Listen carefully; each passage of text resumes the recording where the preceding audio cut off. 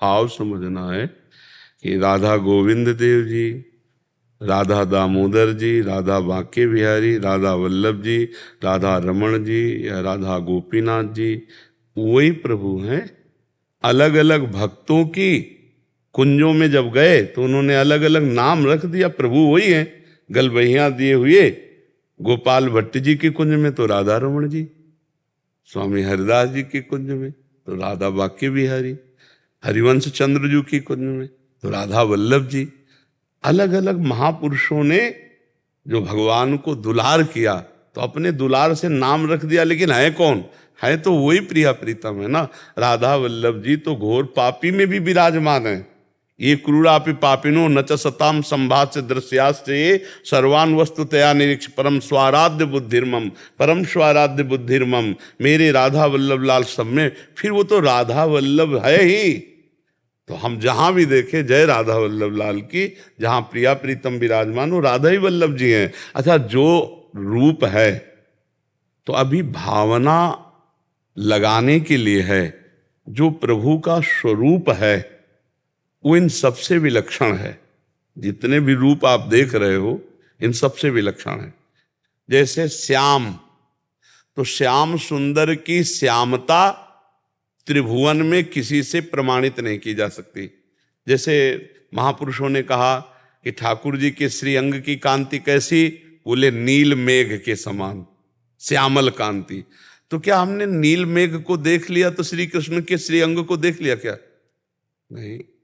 बोले लालजू की कैसे अंग कांति, बोले केकी कंठाभ नीलम, मोर के गले की जैसी नीलिमा। तो हमने देख लिया क्या? मोर के गले की नीलिमा देख ली। तो श्याम वो ऐसे है कि ये प्रकृति जिनके उदाहरण दिए जा रहे हैं, ये प्रकृति और वो परमात्मा, ये प्रकृति मायामय और वो सच्चिदानंदमय।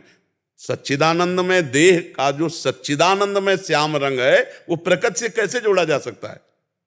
इतने सुंदर प्रभु हैं कि आज तक कोई स्याही ही नहीं बनी जो श्याम की श्यामता को, और आज तक कोई गोरा रंग नहीं बना जो लाडली जू के गोरेपन को उतार सके। क्योंकि कागज प्राकृतिक, स्याही प्राकृतिक, बनाने वाला और उसकी बुद्धि प्राकृतिक, और प्रभु चिदानंदमय। तो कैसे चिदानंद को कैसे उतारा जा सकता है? पर हम भावना करते हैं, मानी संख्या से सवाल हल करते, माना ये राधा श्याम सुंदर, माना ये मेरे प्रीतम। अब जब उनका ध्यान करते, भजन करते, तो करते करते उसी में वो प्रकाशित हो जाते हैं। तो हम राधा वल्लभ जी को बहुत सीमित रूप वाला मत समझें, हर रूप उन्हीं के है। हमारा अगर प्यार बढ़ रहा है किसी रूप में तो हम राधा वल्लभ जी उनको मानकर ध्यान करते, पहुंच तो वहीं जाएंगे जहां पहुंचेंगे। वो रूप जब कोई देखता है तो फिर नेत्र फिर बाहर और कुछ देख ही नहीं पाते। पी मूर्ति नयनन बसे तेहि रस रहाय समाये, ये लक्षण सुनि प्रेम के और न कछु सुहाय। अभी जैसे बने तैसे संसार का चिंतन छोड़ो और प्रभु का करो। और जब प्रभु का चिंतन अखंड होने लगेगा और वो जब रूप आएगा प्रभु का, तो फिर सब बंद हो जाता है। फिर वो कठपुतली की तरह जैसे प्रभु चलाते वैसे चलता है, वो अलग बात है। तो हमारी बात समझ रहे हो ना? जैसे मीरा जी, मेरे तो गिरधर गोपाल दूसरो न कोई, स्थिति तो यह है नहीं। तो अब मांगने का प्रश्न खड़ा होता है। तो अब हम किसी और से थोड़ी मांगेंगे, हमारा सखा ही है, महालक्ष्मी पति है, अनंत ब्रह्मांडों का स्वामी। इतना तो बोध होना चाहिए कि है कौन प्रभु ये, अनंत ब्रह्मांडों के स्वामी, अखिल लोक चूड़ामणि, महालक्ष्मी जिनके चरण सहलाती रहती, वे मेरे प्रभु हैं। वही मेरे प्रभु मेरे सखा हैं। अब समस्या कोई है ही नहीं। पहली बात, हम अपने लिए कुछ मांग सकते नहीं क्योंकि हमारे प्राणनाथ सखा हैं बिहारी जू। अब बिहारी जू के लिए कुछ मांगना बनता नहीं क्योंकि वो सर्वज्ञ पहले से व्यवस्था करते। तो यद्यपि मांगना बिल्कुल नहीं बनता ही नहीं मांगना, क्योंकि हम जिससे मांग रहे हो अल्पज्ञ थोड़ी, वो तो सब कुछ जानते हैं, सर्वज्ञ हैं। अब अगर मांगते हैं तो फिर हम केवल बिहारी जी से मांगते हैं, और पूरी हो या ना पूरी हो दोनों में हमारे प्यार में कमी नहीं होगी, तब तो भक्ति है। और अगर तो फिर वो भक्ति टिकाऊ नहीं रहेगी, वो श्रद्धा टिकाऊ नहीं रहेगी। गीता में ही भगवान ने 4 प्रकार के भक्त बताए हैं, आर्त, अर्थार्थी, जिज्ञासु और ज्ञानी। और चारों को अपना भक्त कहा है, चारों को उदार कहा है, ज्ञानी को अपनी आत्मा कहा है। तो हम प्रभु से ही केवल मांगे, बस ये अर्थ रखना है। जैसे गोस्वामी जी कह रहे हैं, बने तो रघुबर ते बने, बिगड़े तो भरपूर, तुलसी और अन ते बने, ताबनि बे पे धूर। अगर मांगना ही है तो सिर्फ प्रभु से मांगना, संकट निवृत्ति करनी तो सिर्फ प्रभु से। तो भगवान ने कहा वो उदार हैं, मतलब हमारे मांगने को भी भगवान उदार कर रहे हैं, लेकिन उदार भगवान जो हमें दे रहे हैं, लेकिन वो इतने उदार हैं कि उनसे कोई मांगे तो भी उसे उदार कह रहे हैं कि उदार है जो हमसे मांग रहा है। जैसे पिता अरबपति है और बेटा किसी दूसरे से 2 रुपए मांग रहा हो तो पिता को बुरा लगे ना, और जब अपने पिता से वो मांग रहा है तो खुश हो जाता है। ऐसे भगवान खुश होके कह रहे वो उदार है जो मेरे से मांगता है, मेरे से मांगता है। अरे ऐसे प्रभु, पर इसमें एक बात रख ले कि हमारे प्रभु सर्वज्ञ हैं और हमने चाहा कि ये काम बन जाए, तो हमको ये प्रार्थना करने की प्रभु चाह तो हमारी है, पर आप सर्वज्ञ हैं, देख लो अगर पूरी होने से हमारा आपसे बिलगाव होता हो तो कभी पूरी मत करना, आपके विरुद्ध कोई हमारी मांग हो तो कभी पूरी मत करना। प्रभु आपको जिसमें अच्छा लगे मांगेंगे तो हम आपसे, क्योंकि आपके बच्चे हैं, आपसे मांगेंगे, पूरा ना पूरा होना ये आपकी इच्छा के ऊपर है। आप है तो इसमें हम श्रद्धावान होकर चलते रहेंगे, नहीं तो हमारी श्रद्धा में ठेस पहुंच जाएगी।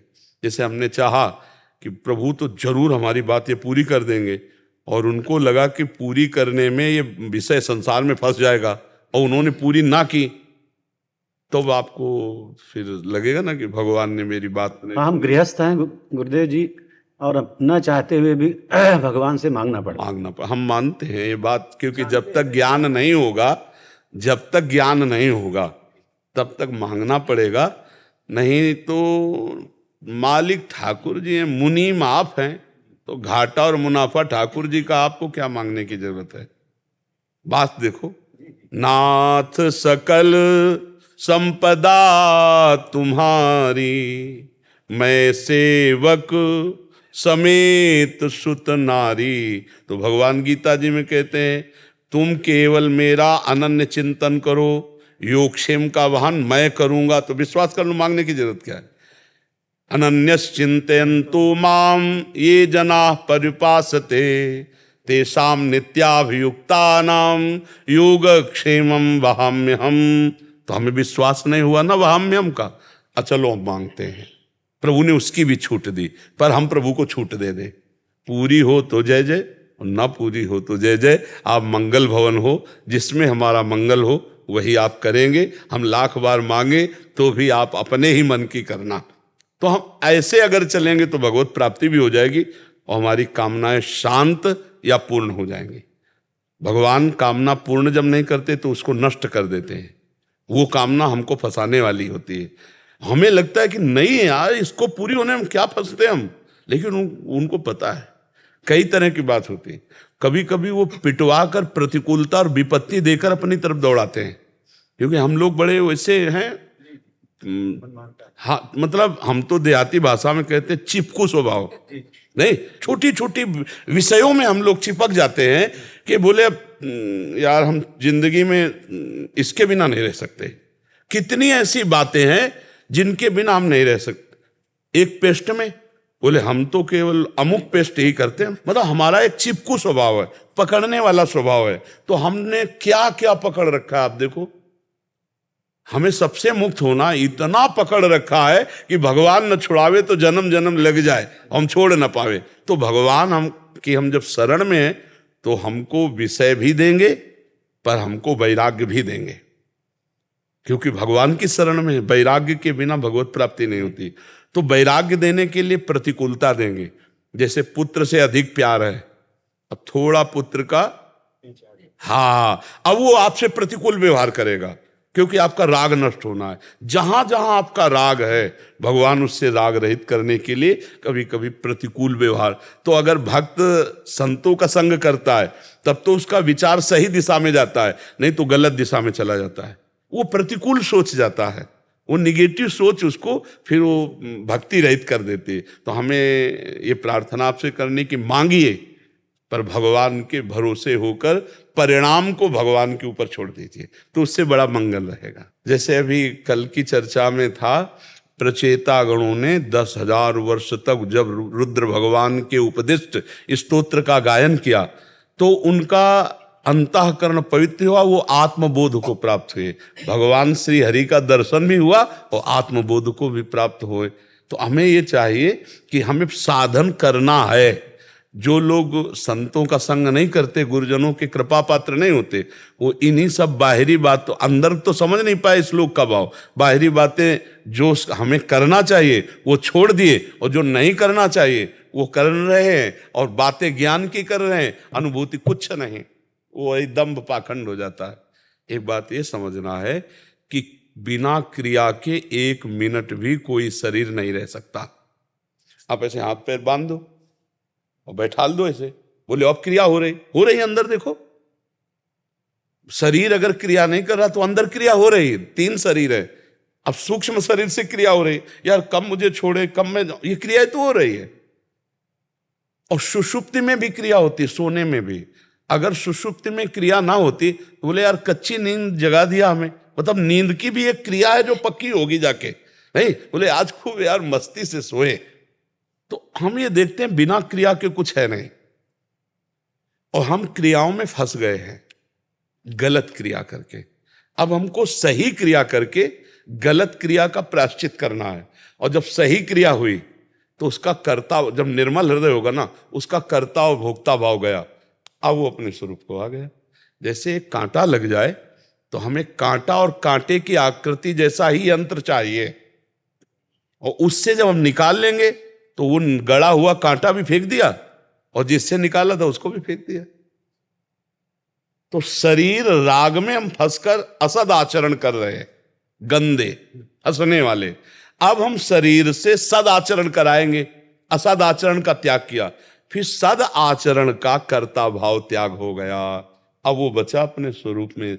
रात दिन भजन करने से होगा, रात दिन शास्त्रों का स्वाध्याय, चिंतन, पवित्रता, व्रत, नियम, तपस्या, तब जाके ब्रह्मबोध होता है। ऐसे मनमानी भोजन करें, मनमानी भोग भोग ले, संसार में विचरण करें और ब्रह्मबोध हो जाए तो सबको ना हो जाए। फिर आप विचार करो, तो नाम जप करो पहली बात तो, और भगवान के जो महान भागवत ज्ञानी जन हुए उनके वचनों को सुनो, शास्त्रों का स्वाध्याय करो और चरित्र पवित्र रखो। आज का सत्संग जो सुनाओ तो प्रारंभ यहीं से हुआ था कि श्री जी के चरणों का आश्रय, निरंतर नाम जप, आचरण पवित्र, संयम युक्त, 3 बातें कही थी। ये बात कोई भी स्वीकार कर लो, तुम्हारा मंगल हो जाएगा।